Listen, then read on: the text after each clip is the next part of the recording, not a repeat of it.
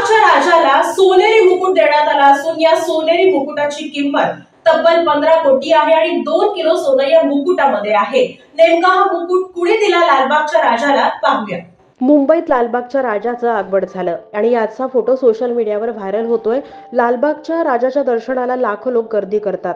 या गणेश भक्तांसाठी एक मोठी अपडेट समोर येते। यंदा लालबागच्या राजाला सोन्याचा मुकुट घालण्यात आलाय आणि हा सोन्याचा मुकुट दुसऱ्या तिसऱ्या कोणी दिला नसून अनंत अंबानी रिलायन्स फाउंडेशननं दिलाय। या मुकुटाची खासियत म्हणजे त्याचं वजन 20 किलो आहे आणि याची किंमत 15 कोटी रुपये आहे। हा मुकुट बनवण्यासाठी कारागिरांना 2 महिने लागलेत। लालबागच्या राजाचे मानद सचिव सुधीर साळवी यांनी प्रथम दर्शन सोहळा सुरू होण्यापूर्वीच याची माहिती दिली आहे। अनंत अंबानी यांनी गेल्या 15 वर्षापासून लालबागच्या राजाच्या मंडळाशी विविध उपक्रमाच्या माध्यमातून ते जोडले गेलेत। अनंत अंबानी गणेशोत्सव काळात लालबागच्या राजाच्या विविध कार्यक्रमांना आवर्जून उपस्थित राहतात।